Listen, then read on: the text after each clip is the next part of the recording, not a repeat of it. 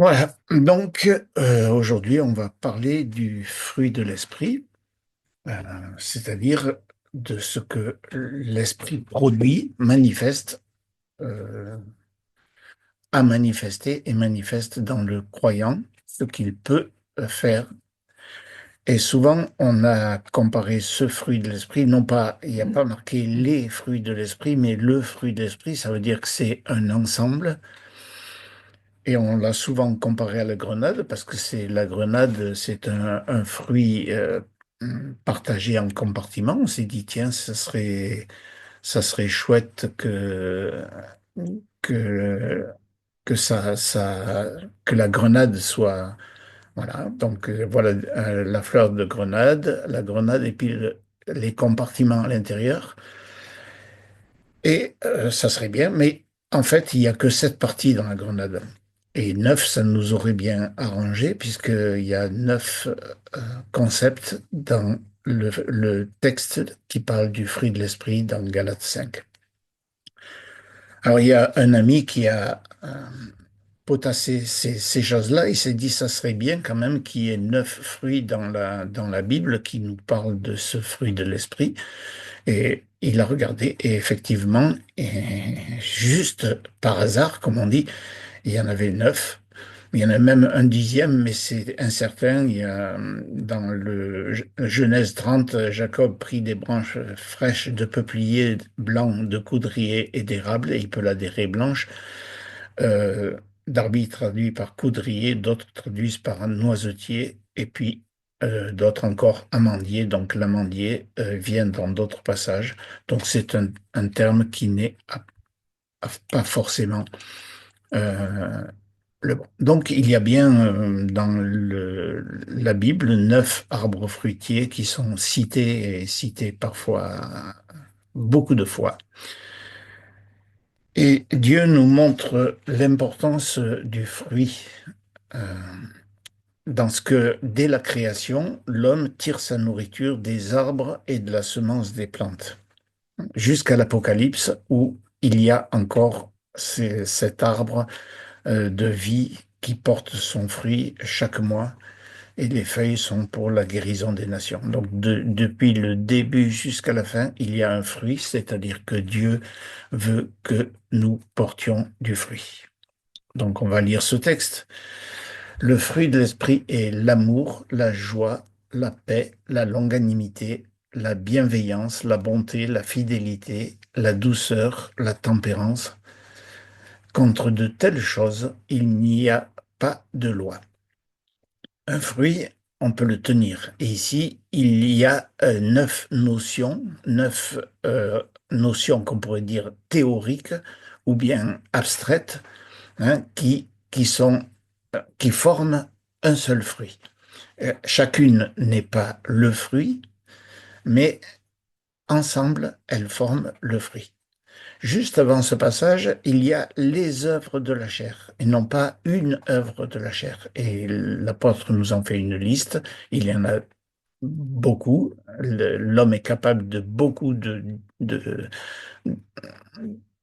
choses mauvaises, mais il peut aussi, par l'esprit, manifester euh, un comportement, une vie qui est à la gloire de Dieu et qui est contenue dans ces divers mots.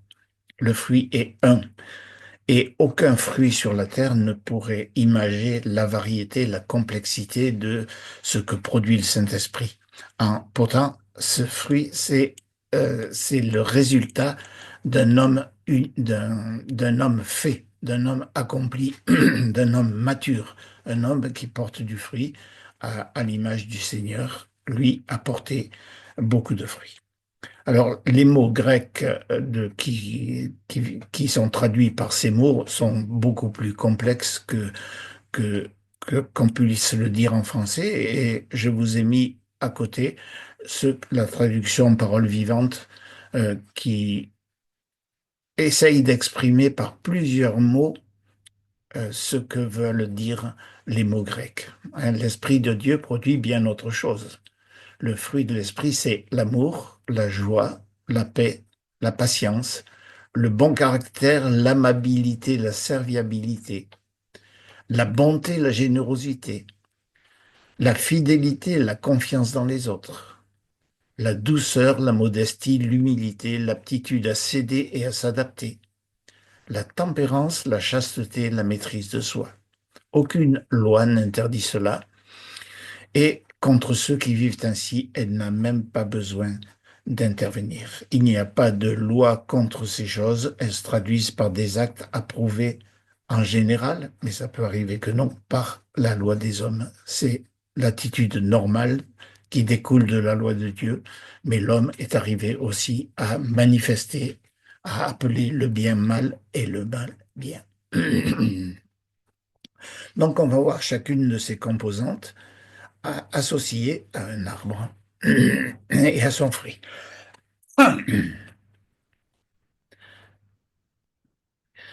Donc l'amour. Bon, comme d'habitude, on prend une définition. Alors celle-là, je me rappelle plus où je l'ai trouvée, mais dans un dictionnaire quelconque. Amour, affection vive pour quelqu'un ou pour quelque chose.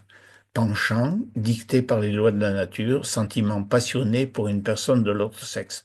Donc c'est pas un problème, c'est une affection vive, c'est la définition des hommes. J'ai trouvé récemment une autre définition plus récente, réaction chimique au niveau du cerveau qui provoque le désir affectif et sexuel.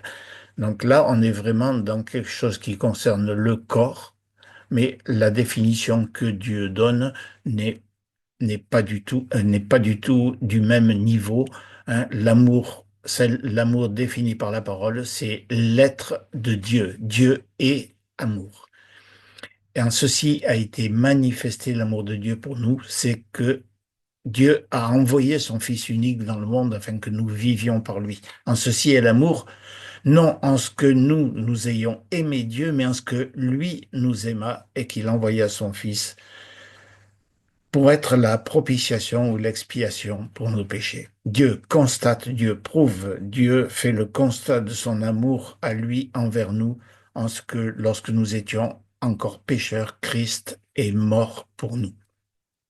Donc, l'amour, c'est l'être d'une personne, l'être de Dieu, ce qu'il est en lui-même et qui se manifeste par des actes. Il a envoyé, lorsque nous étions encore pécheurs, Christ est mort pour nous. C'est un amour qui est inconditionnel, c'est un amour qui a sa source en Dieu et qui se manifeste même envers des pécheurs, même envers chaque homme. Donc, l'amour ne fait pas de mal au prochain. L'amour, donc, est la somme, le sommet, le total de la loi. La loi divine est une expression de l'amour que nous avons à manifester. C'est l'expression de l'être de Dieu. Alors, pour cet amour, euh, le frère dont j'ai parlé avait choisi le mûrier comme représentant. Le mûrier est cité 4 fois dans l'Ancien Testament et 1 fois dans le Nouveau. Ce sont des arbres qui sont en Israël capables de cacher l'armée de David. Il avait tendu une embuscade dans les mûriers. Alors, le mûrier, nous, on le connaît très bien, mais souvent, il y a très peu de mûriers noirs ici. En France, c'était plutôt le mûrier blanc qu'on trouve particulièrement dans notre région, puisque on s'en servait pour nourrir le ver à soie. Et en Israël, c'est des arbres qui sont beaucoup plus gros et le mûrier noir, et on utilisait donc le fruit pour faire du jus et pour manger comme ça. Bon, ici, les mûres, c'est plutôt fade. Je ne sais pas si on peut en faire quelque chose. Voilà. Et ce qui caractérise le mûrier, c'est son enracinement. Et c'est vrai que dans Luc 17, le Seigneur dit, si vous avez de la foi, pardon, pas si vous aviez, mais si vous avez de la foi, comme un grain de moutarde, vous diriez à ce mûrier, déracine-toi et plante-toi dans la mer, il vous obéirait. Ce passage nous montre la qualité des racines du mûrier. Donc, dans le passage parallèle de Marc 11, il est question d'une montagne. Déplacer une montagne, c'est aussi difficile que de déplacer un mûrier. Quand mes parents ont acheté la maison de Saint-Julien, mon papa a creusé dans la cave pour abaisser le niveau et il a trouvé des racines comme sa cuisse dans la cave qui est tout à fait à l'opposé de la maison par rapport aux deux mûriers qui poussaient devant et qui faisaient de l'ombre. Donc c'est vraiment un enracinement qui est profond, qui est long et qui est gros. Et ce que Dieu veut aussi, c'est que nous soyons plantés en lui, plantés dans l'amour. Comme vous avez reçu le Christ Jésus, le Seigneur, marchez en lui, enracinés et édifiés en lui et affermis dans la foi. Éphésiens 3, 18, que vous soyez enracinés et fondés dans l'amour. Et puis on a ce verset aussi de Romains 8 qui nous dit, qui est-ce qui nous séparera de l'amour du Christ? Ni mort, ni vie, ni ange, ni principauté, ni choses présentes, ni choses à venir, ni puissance, ni hauteur, ni profondeur, ni aucune autre créature ne pourra nous séparer de l'amour de Dieu qui est dans le Christ, notre Seigneur. Et puis, le mûrier, donc surtout dans notre région et puis en Chine, évidemment, c'est le mûrier blanc était utilisé pour le verre à soie, pour nourrir le verre à soie et pour fabriquer de la soie. Donc, à l'époque des Romains, c'était moins connu que maintenant, ça a été connu plus tard. Mais la, la soie nous parle d'un vêtement souple, c'est doux, c'est chaud et c'est un tissu magnifique. Et le vêtement qui recouvre le nouvel homme et ses sous-vêtements de miséricorde et de bonté, eh bien, c'est l'amour. Revêtez-vous de l'amour par-dessus toutes ces choses, l'amour qui est le lien de la perfection.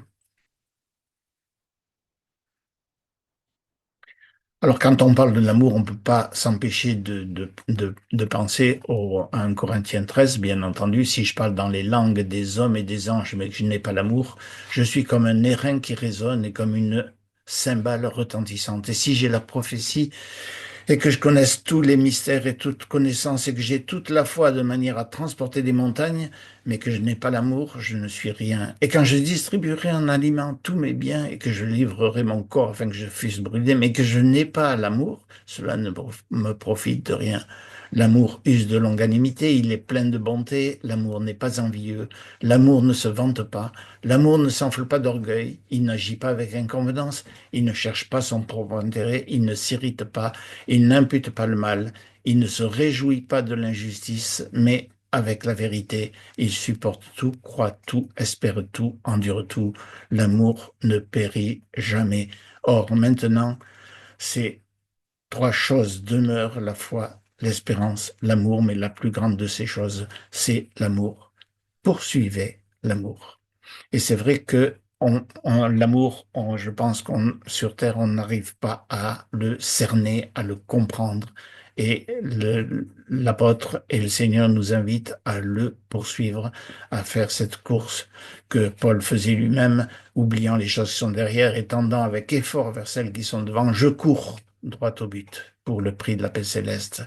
Et Hébreux 12, verset 1, courons avec patience la course qui est devant nous, fixant des yeux sur Jésus, le chef et le consommateur de la foi, lui qui a été l'amour de Dieu manifesté sur la terre. Et l'amour va nous rappeler à tout notre fruit de l'esprit, parce que l'amour, après avoir parlé de toutes ces choses négatives que n'est pas l'amour, Paul nous parle de ce qu'il est vraiment. Et l'amour est en relation avec la joie, puisqu'il ne se réjouit pas de l'injustice, mais se réjouit avec la vérité. L'amour est en relation avec la paix, puisqu'il ne s'irrite pas. L'amour est en relation avec la patience, la longanimité, puisque l'amour use de longanimité, il supporte tout, il endure tout. L'amour est en relation avec la bienveillance, puisqu'il ne cherche pas son propre intérêt, il ne s'irrite pas, il n'impute pas le mal. L'amour est en relation avec la bonté, il est plein de bonté.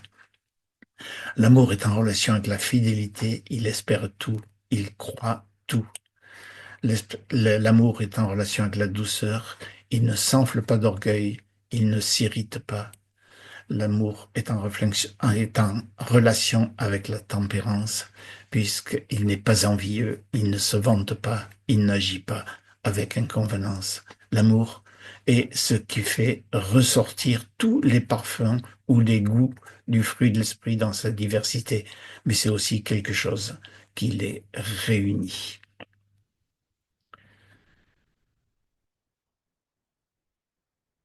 La joie. C'est très difficile de définir la joie parce qu'on la confond souvent facilement avec le plaisir ou avec le bien-être. Et cette définition vive impression de plaisir que la possession d'un bien réel ou imaginaire fait éprouver. Là aussi, cette définition est tellement loin de ce que le Seigneur veut pour nous. C'est lié avec la possession de quelque chose, d'un bien réel ou imaginaire. Et c'est vrai que les hommes pensent que s'ils ont, ils vont être joyeux. Et on voit bien dans la vie courante, dans l'histoire, dans toute chose, que la possession n'apporte rien au cœur humain. Que le cœur humain est toujours insatisfait, qu'il n'y a pas de satisfaction et pas de joie non plus dans la possession ni d'ailleurs dans le rire que l'on confond toujours souvent avec la joie. Hein. Le verset de Proverbe 14, verset 13, même dans le rire, le cœur est triste, et la fin de la joie, c'est le chagrin. La joie véritable, c'est un don du Dieu bienheureux, un Dieu que l'on connaît et dont la présence rassasie. Alors, quand on lit ce verset, fixant les yeux sur Jésus, le chef et le consommateur de la foi, lequel, à cause de la joie qui était devant lui, a enduré la croix, ayant méprisé la honte, justement, on est à l'inverse de cette possession, on est à l'inverse de ce désir de posséder, mais on trouve sa joie, au contraire, dans ce qui est préparé et dans ce que la privation, dans ce que l'espérance nous apportera, si on le supporte avec patience. Le Seigneur Jésus, à cause de la joie qui était devant lui, eh bien, il a accepté la croix, il a accepté la honte, et puis Dieu l'a haut élevé et lui a donné un nom dessus de tout nom. Et puis la joie vient aussi non seulement de cette espérance, mais aussi de la personne qui est cette espérance. Hein. Il y a des plaisirs à ta droite pour toujours. Pourquoi? Ta face est un rassasiement de joie. Ce n'est pas même pas les bénédictions que- qui produisent la joie, mais c'est la personne qui apporte les bénédictions, la face du Seigneur, connaître la face du Seigneur, la présence du Seigneur, eh bien, c'est le début euh, comment dire, c'est le début de la joie et aussi un rassasiement de joie. Alors, il y a eu de la joie sur la terre quand le Seigneur est venu. Il y a de la joie au ciel pour un pécheur qui se répand. Il y a de la joie pour la brebis retrouvée. Il y a de la joie il y a de la joie aussi pour nous, dit Luc 10, parce que nos noms sont écrits dans les cieux. C'est parce qu'on a une relation vraie, une relation vivante avec une personne qui nous apporte de la joie. Une présence non seulement qui donne la joie, mais qui rassasie de joie. Une joie accomplie, une joie complète. Alors la Bible, pardon, témoigne que c'est la vigne qui est un- identifiée avec la joie. La vigne dit, laisserai-je mon mout qui réjouit Dieu et les hommes, et irai-je m'agiter pour les arbres? Et puis dans le psaume 104, le vin qui réjouit le cœur de l'homme. Pour avoir du fruit, pour avoir ce mout, ce vin qui réjouit le cœur de l'homme, eh bien, il y a beaucoup de travail. Et c'est vrai que la Bible nous parle souvent de cette vigne, soit Israël, soit le cep de de Jean 15, qui nous montre qu'il y a pour arriver à ce fruit beaucoup de travail. Hein, je chanterai, Ésaïe 5, à mon bien-aimé, un cantique de mon bien-aimé sur sa vigne. Mon bien-aimé avait une vigne sur un coteau fertile. Il la fossoya et en ôta les pierres. Il la planta de cèpes exquis et bâtit une tour au milieu d'elle. Il tailla aussi un pressoir et il s'attendait à ce qu'elle produirait de bons raisins. Et puis Marc 9, Marc 12, verset 1 à 9, Jésus dit, il se mit à leur dire en parabole, un homme planta une vigne et l'environna d'une clôture, et il creusa une fosse pour un pressoir, et il bâtit une autour. Et après, il y a des soins constants pour que la vigne produise du fruit. Mais même Dieu avait prévu un repos pour la vigne. Pendant 6 ans, tu tailleras ta vigne. Pendant 6 ans et la septième année, tu ne tailleras pas ta vigne, tu ne vendangeras pas les grappes de ta vigne. Ce sera une année de repos pour le pays. Donc la vigne a besoin de soins, la vigne a besoin de repos pour porter du fruit. Et c'est vrai que le Seigneur nous parle aussi, dans Jean 15, de ce cep dont le cultivateur s'occupe, tout sarment qui porte du fruit, il le nettoie, c'est parfois un peu douloureux, afin qu'il porte plus de fruits. Et puis, celui qui ne porte pas de fruits, il l'ôte. Dans la vigne, c'est ce passage de Jean 15 est en rapport avec le fruit. Il y a du fruit, puis il y a une croissance, plus de fruits. Et puis il y a cette promesse que si on demeure attaché au cep, il y aura beaucoup de fruits qui glorifient le Père, qui glorifient le cultivateur. Et du fruit qui demeure. Mais c'est aussi en relation avec la joie, hein, afin que ma joie soit en vous et que votre joie soit accomplie, soit complète, soit totale. Et c'est vrai que il est normal que notre joie, la joie que le Seigneur nous donne, la joie, sa joie à lui augmente jusqu'à ce qu'elle soit complète. Il est question aussi d'un fruit qui demeure. On arrive à une joie permanente, un état, et on pense à cette fête de la récolte. Pendant 7 jours, tu feras la fête à l'Éternel ton Dieu, au lieu que l'Éternel choisira, car l'Éternel te bénira dans toute ta récolte, et tu ne seras que joyeux. Cette fête qui dure 7 jours, une fête permanente, une fête qui dure, une fête complète. Et puis, il y a même dans la loi quelque chose qui nous parle une joie peut être partagée. Dans la loi, il y avait quelque chose pour les pauvres et l'étranger, pour l'orphelin et la veuve. Dans Lévitique 19, il dit, tu ne grappilleras pas ta vigne, ni ne recueilleras les grains tombés de ta vigne, tu les laisseras pour le pauvre et pour l'étranger. Moi, je suis l'Éternel, votre Dieu.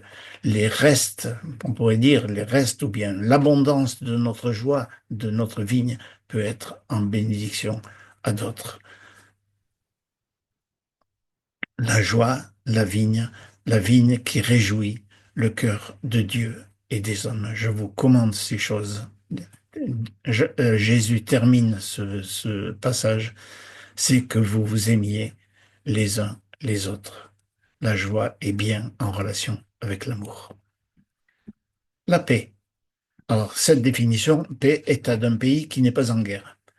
Traité mettant fin à l'état de guerre, état de concorde, d'accord entre les membres d'un groupe, d'une famille, repos, calme, silence. C'est étonnant que on n'arrive pas à définir la paix sans parler de la guerre. C'est bizarre quand même. Et que l'homme recherche, fait des institutions, euh, pour la paix sans qu'il puisse jamais y parvenir. Et c'est un peu normal il a déclaré la guerre au Dieu de paix, hein, en rejetant le prince de la paix. Quand on lit la bénédiction de Moïse, l'homme de Dieu, euh, l'Éternel lève sa face sur toi et te donne la paix. Et cette paix, elle repose sur la présence de l'Éternel. Donc, si on déclare la guerre au Dieu de paix, eh bien, il n'y a pas de paix pour le méchant, pas de paix pour les hommes à cause de mon péché. Donc, c'est le manque de paix vient de mon péché, de mon cœur. Il n'y a pas de paix pour les méchants. Et puis, on pense automatiquement chez les autres, hein, parce que même si j'en parle, si je parle de paix, eh bien, ils sont, eux, pour la guerre. Alors, c'est un peu facile, mais souvent aussi, si les autres parlent de paix, moi, je suis pour la guerre. Mais pour recevoir la paix, Dieu a donné le prince de paix. Un enfant nous est né, un fils nous a été donné, et le gouvernement sera sur son épaule, et on appellera son nom merveilleux, conseiller, Dieu fort, prince de paix. À l'accroissement de son royaume et à la paix, il n'y aura pas de fin sur le trône de David et dans son royaume pour l'établir et le soutenir en jugement et justice dès maintenant et à toujours. Un règne de paix à venir. Ou bien est-ce qu'il peut être actuel pour moi? Est-ce que je peux vivre la paix? Eh bien oui, ayant été justifiés sur le principe de la foi, nous avons la paix avec Dieu par notre Seigneur Jésus-Christ. La paix pour quiconque croit, la paix du cœur, la paix de la conscience est une réalité. Je vous laisse la paix, je vous donne ma paix. Non pas comme le monde donne, que votre cœur ne soit pas troublé ni craintif. Mais pour arriver à cette paix, eh bien, il a fallu euh, que quelqu'un fasse ce traité entre deux ennemis, hein, entre un Dieu juste et saint et l'homme qui s'était détourné de lui.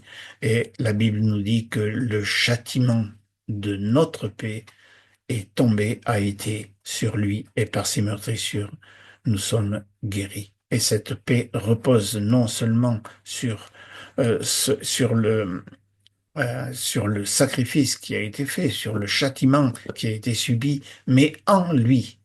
Je vous ai dit ces choses afin qu'en moi, vous ayez la paix.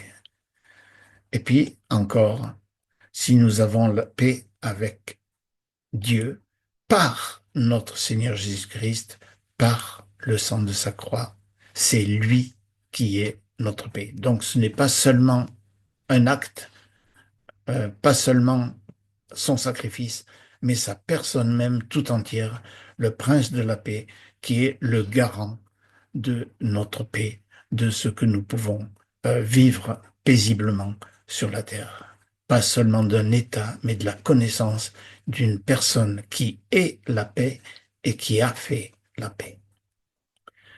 Alors, quel arbre pour représenter la paix? Ben, les hommes ont choisi la colombe portant la feuille d'olivier, hein, un symbole aussi tiré de la Bible, de l'histoire de Noé.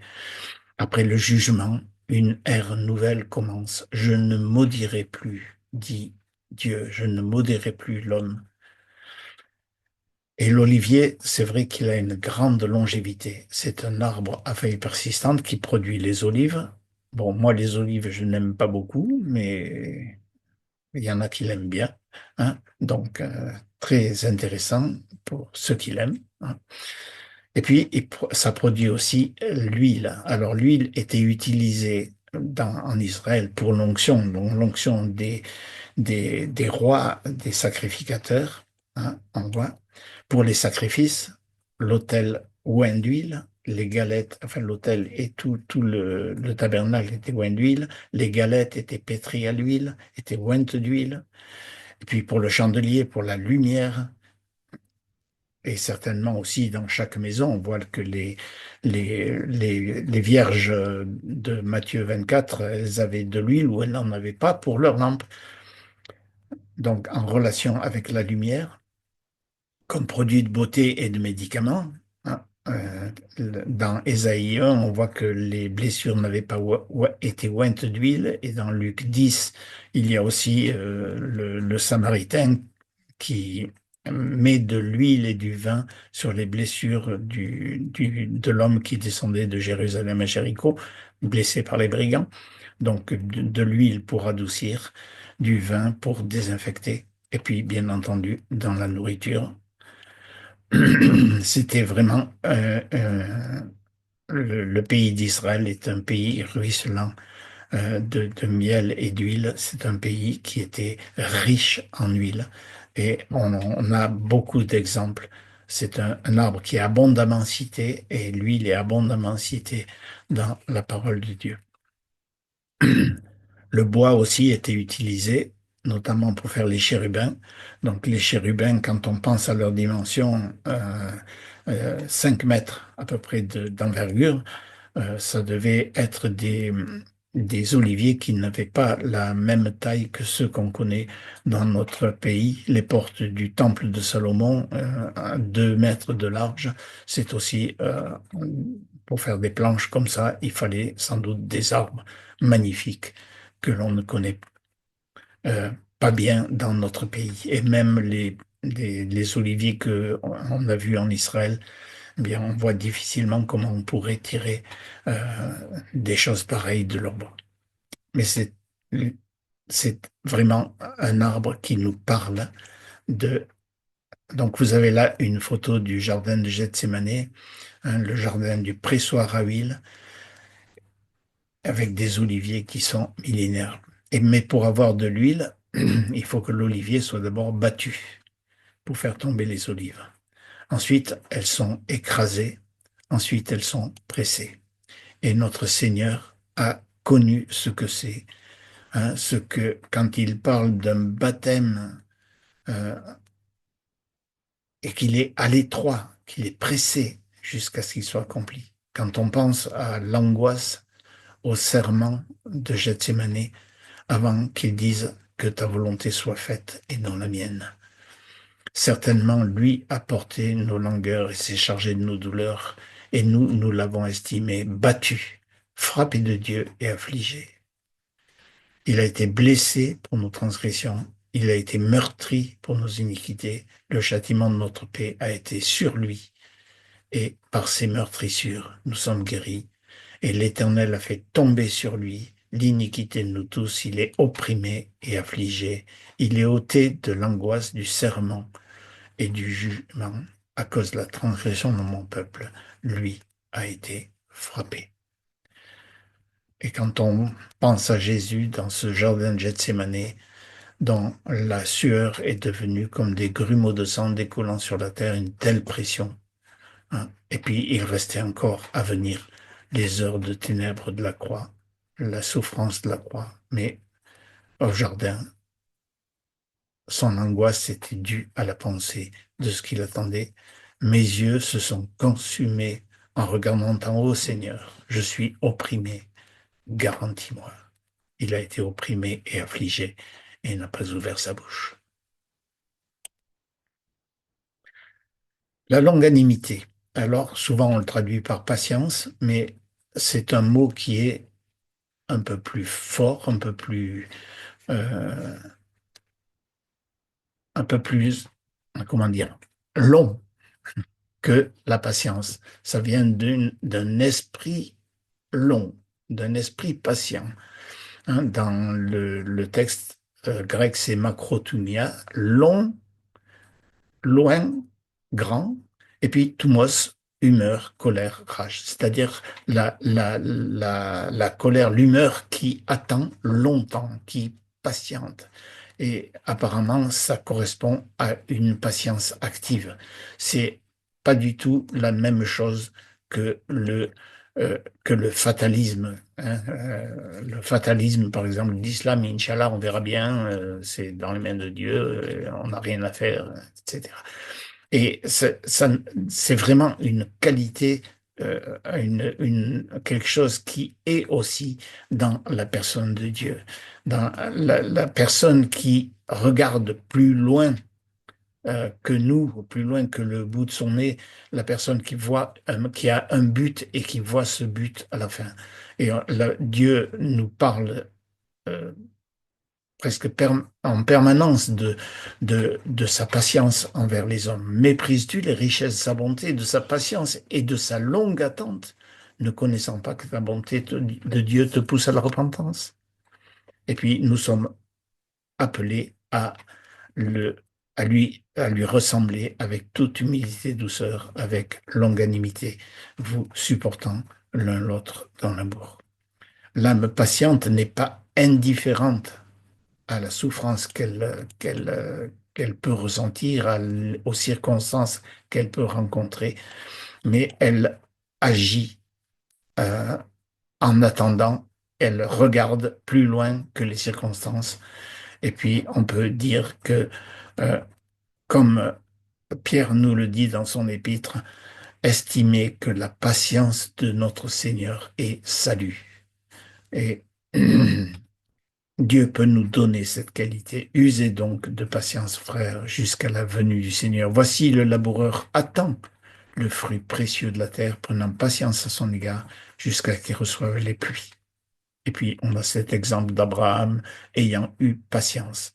Il a obtenu ce qui avait été promis.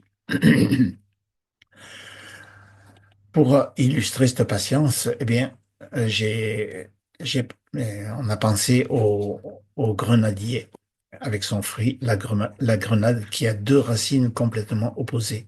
Donc, il y a Roum, exalté, élevé, et puis Rama, jeté, enfoncé. C'est fréquent en hébreu.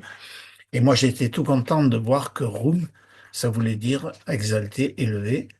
Et puis, malheureusement, le room de Rouméas, ben, ça ne correspond pas du tout à ça, parce que en patois des choix, la roumaise, c'est la ronce. Donc, j'ai rien à voir absolument avec la longanimité et avec la grenade. C'est dommage, hein? Mais pour que, pour que Jésus soit exalté, élevé, eh bien, il a fallu d'abord qu'il soit élevé sur une croix, et c'est-à-dire rejeté, qu'il soit couronné d'épines pour porter nos péchés. Et les nombreuses graines qui laissent échapper le jus rouge de montre nous rappelle le nombre de sacrifices offerts quand la patience de Dieu attendait. Il y a dans ces actes il y a dans ces sacrifices chaque année un acte remémoratif de péché. Le Seigneur a été ce grain qui meurt et qui porte beaucoup de fruits. À moins que le grain de blé tombant en terre ne meure, il demeure seul, mais s'il meurt, il porte beaucoup de fruits. Et comme celui qui a été abaissé a été ensuite élevé au-dessus de toute chose, eh bien, celui qui est crucifié est le même que celui qui vit éternellement, que celui qui est haut élevé. Il est le Fils de l'homme qui est dans le ciel, mais il est aussi celui qui est le même aujourd'hui, hier, aujourd'hui, éternellement. Celui qui est descendu est le même que celui qui est aussi monté au-dessus de tous les cieux, afin qu'il remplisse toutes choses. Il y a aussi dans toutes ces graines la, que la grenade porte un symbole de la résurrection, parce que toutes ces graines vont porter, créer de nouvelles plantes de grenades, et euh, il va y avoir une abondance. Et le Seigneur Jésus est venu afin que nous ayons la vie et la vie en abondance. Alors, la fleur et le fruit ressemblent à une couronne. Et après avoir été euh, euh, abaissé, après avoir reçu la couronne d'épines, eh bien, Jésus a été couronné de gloire et d'honneur, Hébreux 2. Et puis tu l'as fait un peu moindre que les anges, mais tu l'as couronné de gloire et d'honneur. Tu as mis sur sa tête, psaume 21, une couronne d'orphin. Le Fils de Dieu, Jésus-Christ, qui s'est humilié, qui s'est dépouillé, a été haut, a été haut élevé et s'est assis à la droite du trône de Dieu, couronné de gloire et d'honneur. Les croyants aussi auront une couronne. En tant que roi, en tant que, donc, Apocalypse 3 nous parle de ta couronne. Euh, Paul pense à la couronne de justice dans 2 Timothée 4. Jacques nous parle d'une couronne de vie et Pierre d'une couronne inflétrissable de gloire. Le Seigneur veut pour ses enfants une vie en abondance. Et le psaume 23 nous parle de cette vie en abondance, de vert pâturage, d'eau paisible, de restauration de l'âme, de sentiers de justice, d'une table dressée devant nous en la présence des ennemis. Tu as oint ma tête d'huile, ma coupe est comble. Oui, la bonté et la gratuité me suivront tous les jours de ma vie, et mon habitation sera dans la maison de l'Éternel pour de longs jours. Mais cette couronne, cette abondance que nous avons, ce sera pour la rendre à celui qui nous a donné cette, cette faveur, ces privilèges, hein, ces couronnes que nous avons, eh bien, ce seront pour les mettre devant la personne même du Seigneur Jésus sur son trône. Ils jetteront leur couronne devant le trône, disant, Tu es digne, notre Seigneur et notre Dieu, de recevoir la gloire et l'honneur et la puissance.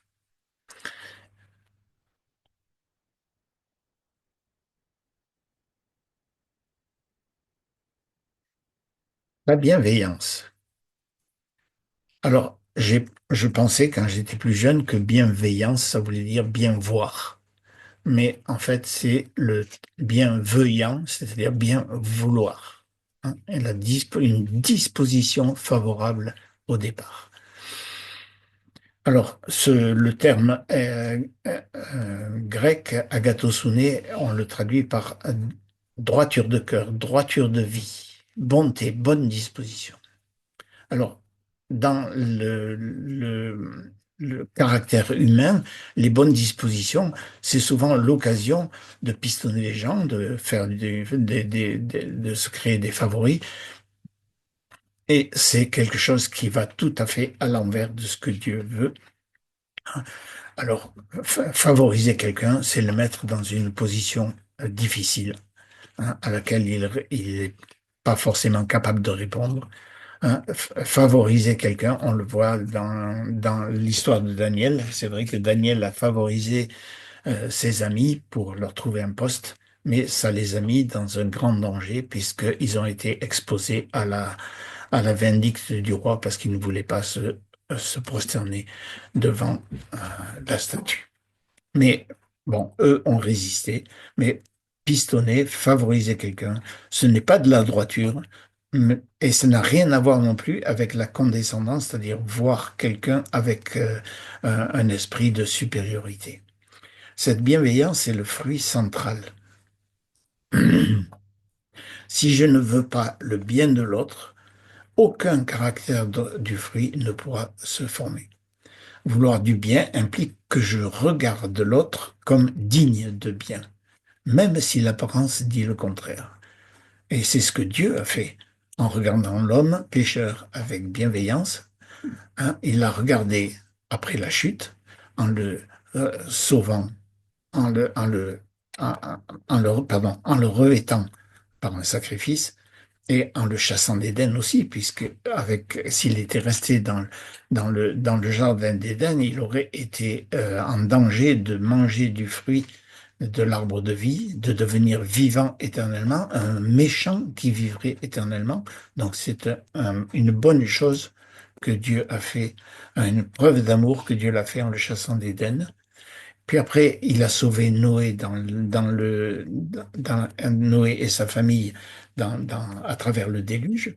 Dieu a regardé Noé avec bienveillance. Dieu a choisi Abraham et ses descendants. C'est encore, il a regardé bien Abraham avec bienveillance, avec un bon vouloir.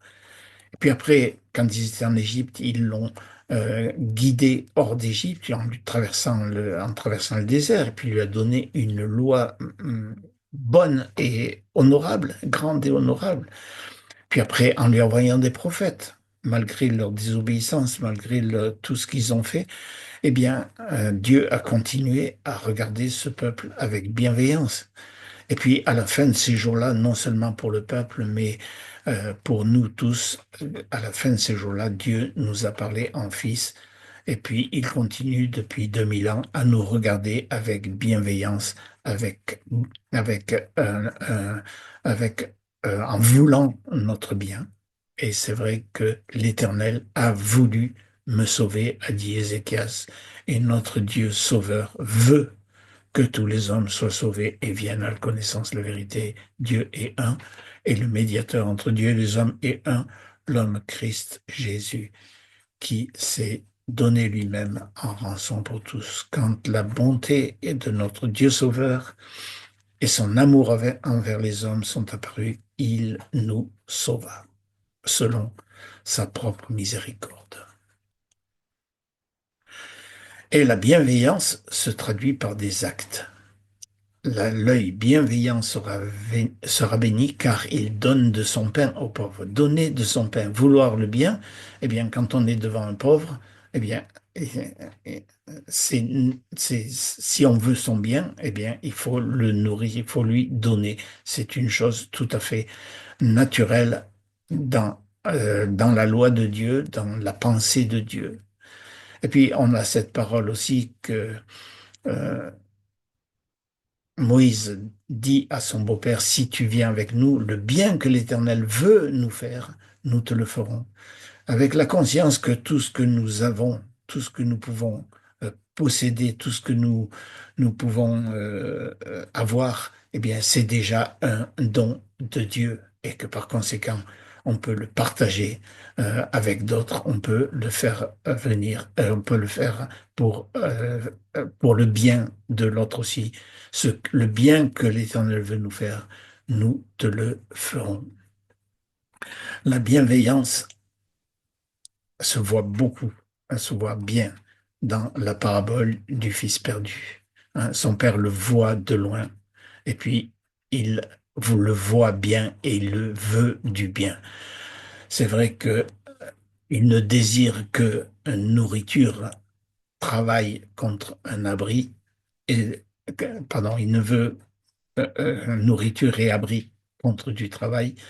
Son père dépasse, il va bien au-delà de ses espérances. Il veut son bien en offrant sans contrepartie une place bien meilleure, la place de fils, les habits du salut, les sandales pour la marche, un anneau pour la communion, la fête pour la joie et l'abondance. Toutes ces choses qui sont les caractéristiques pour quelqu'un qui appartient à la famille, un fils. Il a un fils et non pas un serviteur. Voilà la place que Dieu veut nous donner dans sa bienveillance. En Israël, le top du top, c'est d'habiter chacun sous sa vigne et sous son figuier. C'est vraiment une expression fréquente. Et nous aussi, nous avons besoin d'un abri contre la chaleur et besoin de nourriture. Les feuilles du figuier sont extrêmement épaisses et chargées de chlorophylle. Et c'est un arbre qui a une ombre euh, épaisse. Et Dieu nous dit, l'Éternel est ton ombre à ta main droite. Ce que Dieu veut, c'est qu'on soit à l'ombre, en sécurité. Tu as été, ô misérable, un abri contre l'orage, une ombre contre la chaleur, la sécurité, la tranquillité, la paix. En plus de la nourriture, voilà ce qu'on peut trouver à l'abri du figuier. C'est un arbre précieux, non pas pour son bois, mais pour son ombrage et pour son fruit. Et on peut avoir dans l'Orient 2 récoltes par an, les fruits les figues d'hiver et puis les figues d'été. Et le fruit est comestible dès le printemps. Et Jérémie nous en parle, hein. Il voit une vision avec des figues.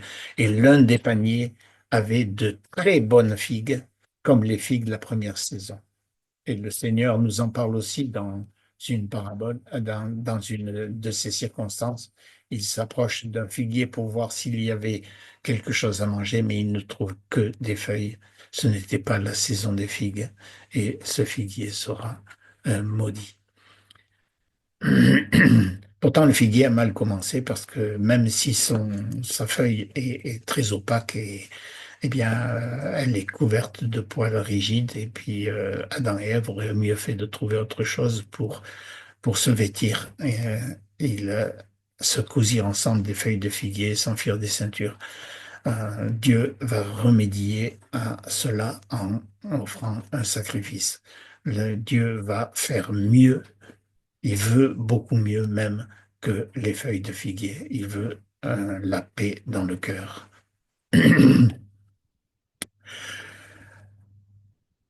Le figuier est très présent en Israël. C'est un pays de froment, d'orge, de vignes, de figuiers, de grenadiers, un pays d'oliviers à huile et de miel. C'est la richesse du Moyen, c'est une des richesses du Moyen-Orient. Il se contente d'un terrain pauvre, mais pour porter du fruit, il lui faut des soins. Celui qui soigne le figuier, Proverbe 27, 18, mange de son fruit. Et puis on a cette parabole du Seigneur avec ce figuier qui ne porte pas de fruits. Et le cultivateur dit, Maître, laisse-le cette année aussi jusqu'à ce que je l'ai déchaussé, que j'y ai mis du fumier. Peut-être portera-t-il du fruit. Est-ce que je veux le bien de mon prochain, c'est-à-dire de lui apporter de la joie, parce que le figuier est traditionnellement aussi en Israël le support de la vigne, chacun sous sa vigne et sous son figuier. La figue peut se manger de différentes façons, verte, mûre, séchée en gâteau, et c'est un aliment très énergétique. On a cet exemple de serviteur trouvé dans le désert, et mort de faim et de soif, et les Israélites lui donnent un morceau de gâteau de figue sèche et 2 gâteaux de raisins secs, et il mangea, et l'esprit lui revint. Et enfin, cette parabole aussi du fils de Gédéon, le figuier leur dit, laisserai-je ma douceur et mon bon fruit? Et enfin, utilisé comme médicament aussi, hein, sur l'ulcère du roi Ézéchias, Isaïe avait dit qu'on prenne une masse de figues et qu'on la mette comme en plâtre sur l'ulcère, et il se rétablira. Le figuier qui procure de l'ombre, un fruit doux, de la nourriture, un emplâtre désinfectant qui soutient la vigne, qui soutient la joie, nous parle de ce bon vouloir de Dieu pour nous. La bonté. Le mot grec employé signifie bonté morale, intégrité, droiture. Penchant à faire le bien, à être doux, indulgent, amabilité, indulgence, pardon, manifestation de bienveillance. Et le mot bénignité, par lequel il traduit aussi ce mot quelquefois, indulgence, douceur. Et là, de nouveau, on a une dérive par rapport au caractère de Dieu. La bonté n'a rien à voir avec ce qu'on appelle sur terre l'indulgence. Ce n'est pas passer considérer le mal sans gravité, hein. Ce n'est pas de la bonté, c'est de la faiblesse. Qui poursuit la justice et la bonté trouvera la vie et la justice et la gloire. Donc la bonté est en relation avec la justice. Et Michée nous dit, il t'a déclaré, ô homme, ce qui est bon. Qu'est-ce que l'Éternel recherche de ta part, sinon que tu fasses ce qui est droit, que tu aimes la bonté et que tu marches humblement avec ton Dieu. La source de la bonté, c'est la justice, et la vérité se trouve dans la lumière. Le fruit de la lumière consiste en toute bonté et justice et vérité. Donc il y a une relation très forte entre la bonté et la justice. Il n'y a pas de contradiction, bien au contraire. La source de la bonté, de la justice, de la vérité se trouve dans la lumière. Et dans la lumière de Dieu, on peut manifester la bonté. Et c'est un caractère de notre Dieu. L'Éternel passa devant Moïse et cria, l'Éternel, l'Éternel, Dieu, miséricordieux, faisant grâce, lent à la colère et grand en bonté, pas seulement en bonté, mais en bonté et en vérité, gardant la bonté envers des milliers de générations, pardonnant et qui ne tient nullement celui qui est coupable pour innocent. Car la bonté de notre Dieu et son amour vers les hommes sont apparus, il nous sauva. La bonté, c'est ce qui attire chez un homme. Est-ce que nous sommes attirés par la bonté de Dieu? On pense à cette scène de Simon-Pierre qui, à la fois, est effrayé par la vérité qui se manifeste dans les paroles de Jésus, mais qui se jette à ses genoux et la bonté qui pousse à la repentance. Donc, on a choisi comme arbre le palmier, le palmier qui est droit. Il est une figure de quelque chose qui est droit, le juste, en même temps, et en rapport de nouveau avec la justice. Le juste poussera comme le palmier, et il croîtra comme un cèdre dans le Liban. Et au Moyen-Orient, le palmier dattier, et c'est plus que fréquent, hein. Il y a l'oasis d'Élim avec ses 70 palmiers, Jéricho, la ville des palmiers, la Phénicie, le pays du phénix, le nom de cet arbre. Et on le trouve souvent dans l'Ancien et dans le Nouveau Testament. Et puis, on a cette figure du palmier comme le bras de Dieu qui se dresse et les pommes les pommes de la main qui retombent, qui sont comme les dattes, comme des doigts qui retombent vers la terre, comme des bénédictions qui se sont, euh, qui se sont, qui se déversent sur les hommes. Combien de fois la main et le bras de Dieu ne sont pas déployés pour montrer sa bonté envers les fils des hommes? Par contre, la Bible ne parle jamais des dates, enfin, à ma connaissance. Est-ce que ça serait si rare sur terre, la bonté? Ils se sont tous détournés, ils se sont tous ensemble rendus inutiles. Il n'y en a aucun qui exerce la bonté, il n'y en a pas même un seul.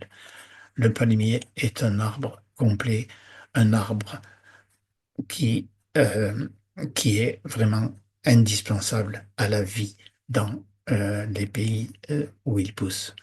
C'est un arbre complet. Tout est bon dans le palmier. La bonté, combien est grande sa bonté quand on considère la personne de Dieu, combien est grande sa bonté et combien est grande sa beauté. Le Seigneur Jésus avait ses habitudes dans les maisons de Béthanie, la maison de l'affligé ou la maison des dattes. Et puis, il manifeste la bonté. Il est le bon berger. Il est appelé le bon maître, le bon. Et il va poser cette question, qui est bon, sinon un seul Dieu? Il faut que tu me reconnaisses aussi comme Dieu. Et puis on peut voir sa bonté pour Simon le lépreux chez qui il loge, pour Marthe à Béthanie. On peut voir sa bonté pour Simon le lépreux, pour Marthe qui l'encourage, pour Marie qui le console et qui l'encourage face aux critiques des disciples, pour Lazare qu'il ressuscite et avec qui il goûte la communion dans Luc 10 et Jean 11 et 12. Est-ce que nous avons goûté que le Seigneur est bon? Oui, alors approchons-nous pour offrir des sacrifices spirituels agréables à Dieu par Jésus-Christ.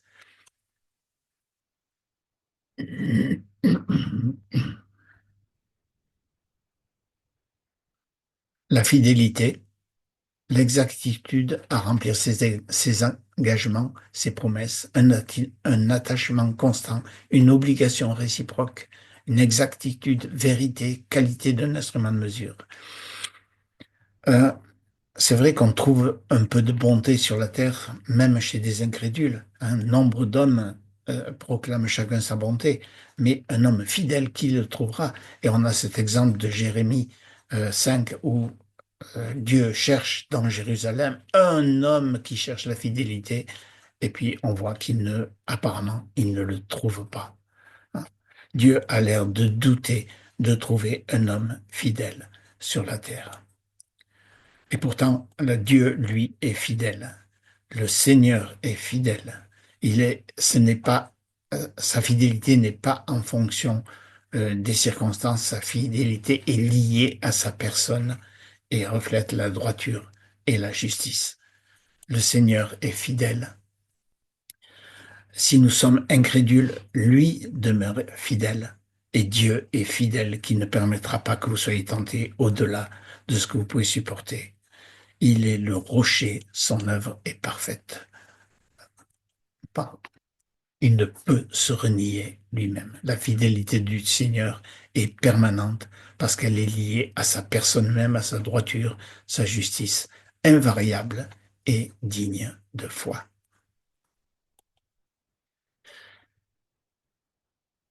Dieu parle à Jérémie et lui dit, que vois-tu? Je vois un bâton d'amandier, et l'Éternel me dit, tu as bien vu, car je veille ma parole pour l'exécuter. L'amandier, c'est l'arbre qui veille, l'arbre qui est réveillé.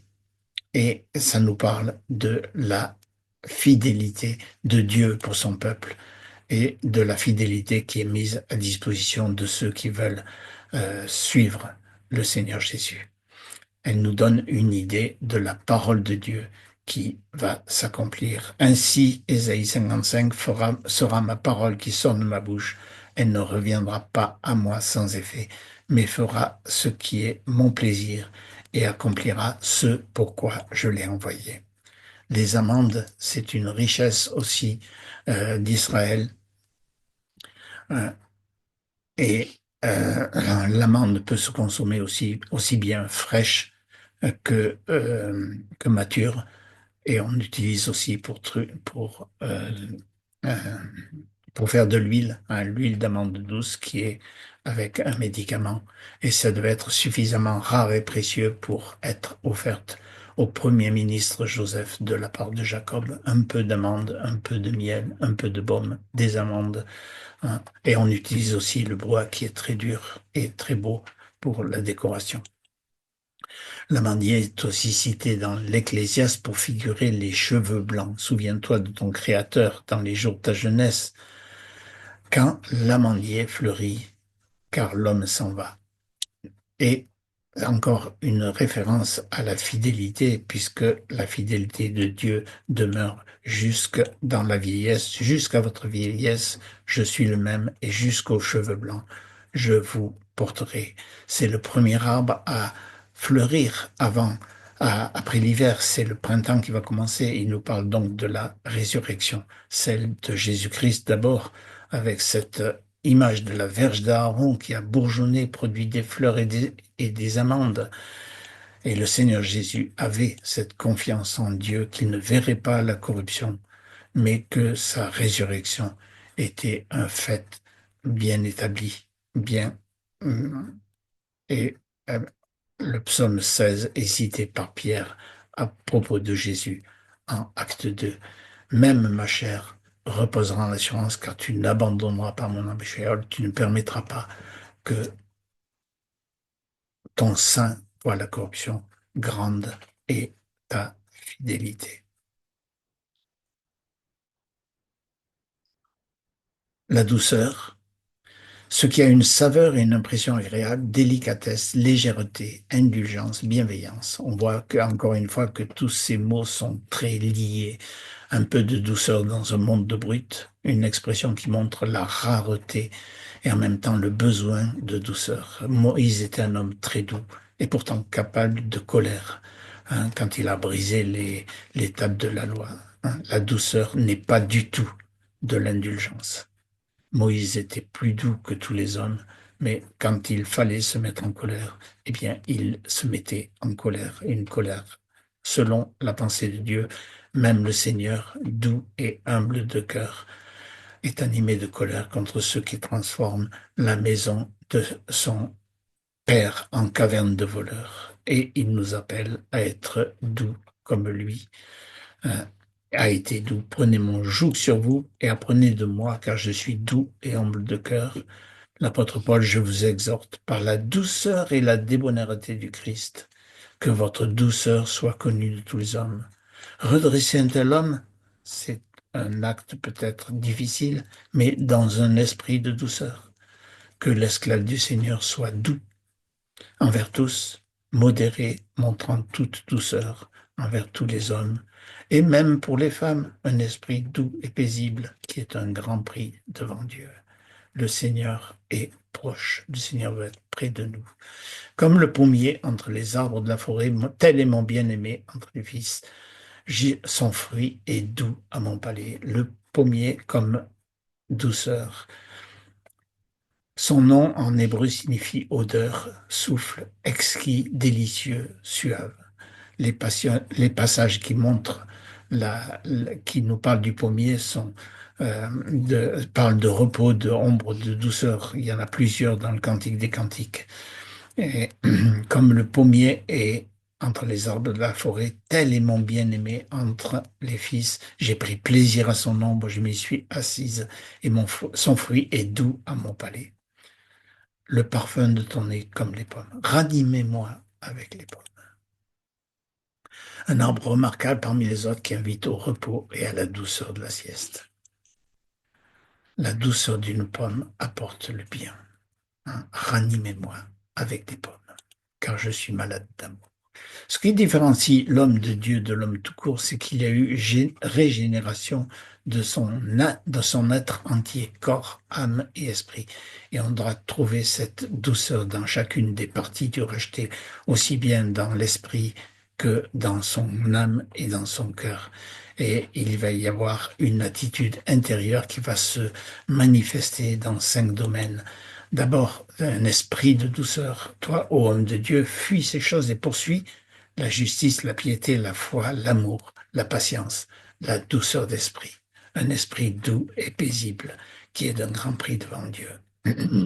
Ça va se manifester par une sagesse. Euh, Ça va se manifester dans son âme. Qui est sage et intelligent parmi vous, que par une bonne conduite il montre ses œuvres avec la douceur de la sagesse. Quelqu'un qui est sage, quelqu'un qui est doux. Ça va se manifester dans son corps aussi. Le, le David souhaitait, ça ne s'est pas passé comme il voulait, mais une douceur vers son fils Absalom, qu'il soit repris avec douceur. Mais peut-être était-il allé trop loin. Usez-moi de douceur. Et puis les anciens doivent être non batteurs, mais doux, non querelleurs. Donc, c'est même dans notre physique, apprenons petit à petit à cultiver cette douceur d'esprit, cette douceur de l'âme qui se manifestera dans des actes doux. Hein. Et l'apôtre Paul pouvait dire, nous avons été doux au milieu de vous, comme une nourrice chérit ses propres enfants. Ça va se manifester aussi dans nos paroles. Soyez toujours prêts à répondre, mais avec douceur et crainte à quiconque vous demande de raison de l'espérance, enseignant avec douceur les opposants. Et puis, Proverbe 16, les paroles agréables sont d'un rayon de miel, douceur pour l'âme et santé pour les os. Et ça se produira aussi dans toute notre vie quotidienne, que votre douceur soit connue de tous les hommes, montrant toute douceur envers tous les hommes. Que n'injuriez personne, n'être pas querelleur, mais modéré. Ces 5 parties correspondent aussi aux 5 pétales et aux 5 logements de fruits qu'on trouve dans la fleur et dans le fruit du pommier. Le pommier qui nous parle de cette douceur qui peut être la caractéristique de chaque croyant. Dernière partie, le fruit de l'esprit, la tempérance ou la maîtrise de soi. Une vertu qui modère les désirs, les passions, sobriété dans l'usage de la nourriture et des boissons.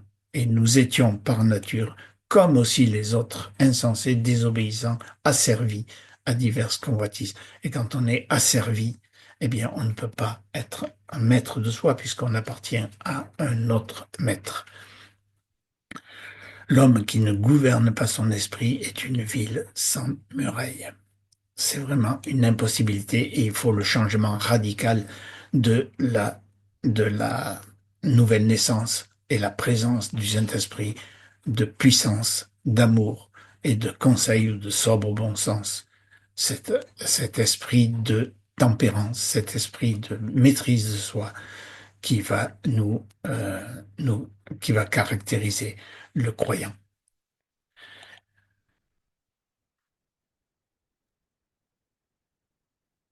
Et comment cela va-t-il se manifester? Le Seigneur Jésus, quand il est venu sur la terre, a mis de côté tout ce qui était de ses droits, hein.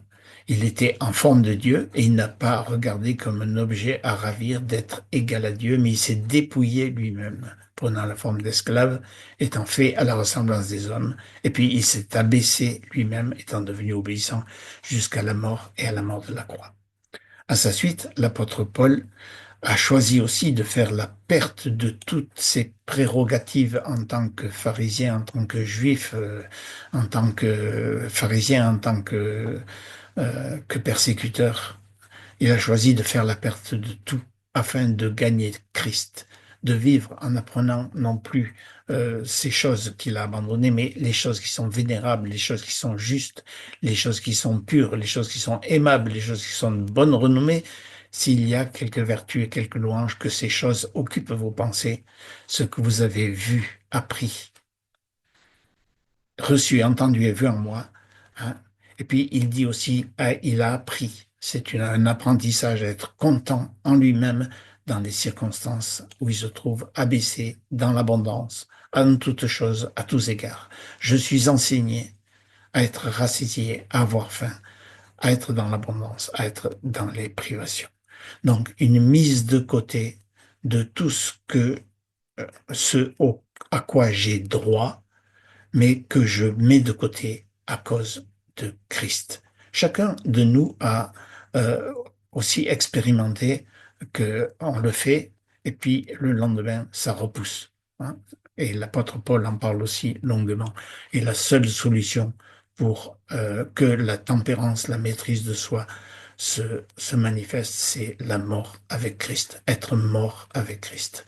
Notre vieil homme a été crucifié avec lui afin que le corps du péché soit annulé pour que nous ne savions plus le péché. Je suis crucifié avec Christ. Si je suis mort, eh bien tout ce qui est de l'ancienne nature, de ma nature pécheresse, de ma nature qui ressort tout le temps, eh bien va être euh, inerte euh, tant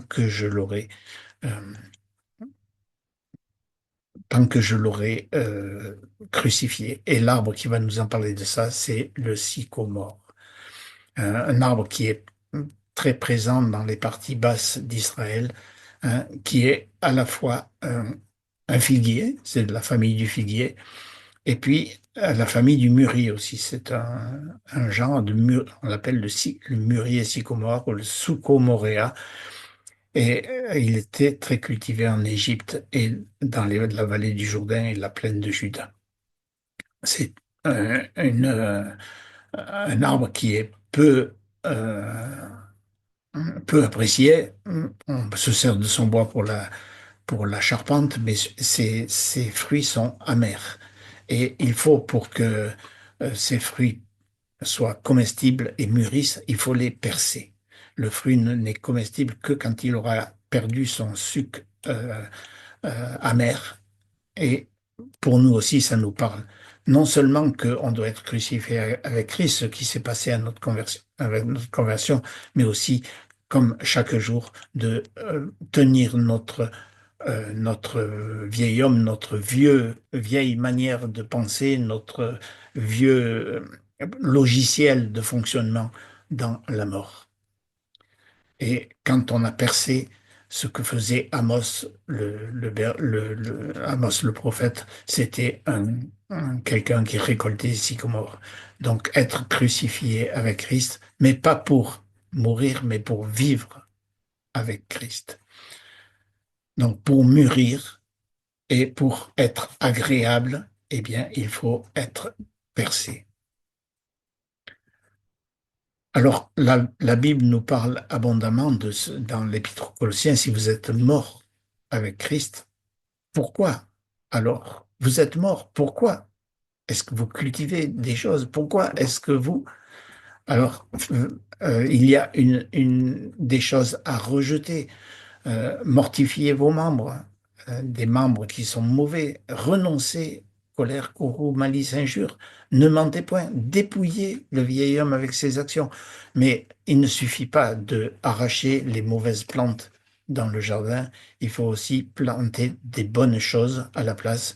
Et c'est ce dont nous parle aussi cet épître aux Corinthiens qui nous dit, alors dépouiller, dépouiller, dépouiller, mais aussi revêtir comme des élus de Dieu des entrailles de miséricorde, bonté, humilité, douceur, longanimité. On retrouve toutes ces choses, tous ces caractères du fruit de l'esprit, vous supportant, vous pardonnant, comme aussi le Christ vous pardonnait. Il y a après après la mortification, après le perçage de ces fruits, eh bien, il y a une maturité qui vient et que on doit cultiver. On doit mettre en action ces choses-là. Une action répétée devient une habitude de vie. Une habitude de vie euh, prolongée, persévérante devient un comportement, une façon de vivre, une personnalité. Le sycomore se compose de deux mots, donc c'est le figuier mûrier et le figuier image de la bienveillance, bien vouloir, et puis l'amour, la tempérance, être maître de soi, n'est-ce pas mettre ses désirs en veilleuse pour aimer les autres, ainsi comme nous en avons l'occasion, faisons du bien à tous, mais surtout à ceux qui sont de la maison de la foi. Aimez vos ennemis, aimons-nous l'un l'autre, car l'amour est de Dieu. Quiconque aime est né de Dieu et connaît Dieu. Tu aimeras le Seigneur ton Dieu de tout ton cœur et ton prochain comme toi-même. La bienveillance, c'est regarder l'autre comme supérieur à lui-même et rechercher son bien. Hein, que dans l'humilité, l'un estime l'autre supérieur à lui-même, chacun ne regardant pas ce qui est à lui, mais chacun aussi ce qui est aux autres. Un amour bienveillant, c'est nous pousse à la tempérance. Jésus disait cette parabole.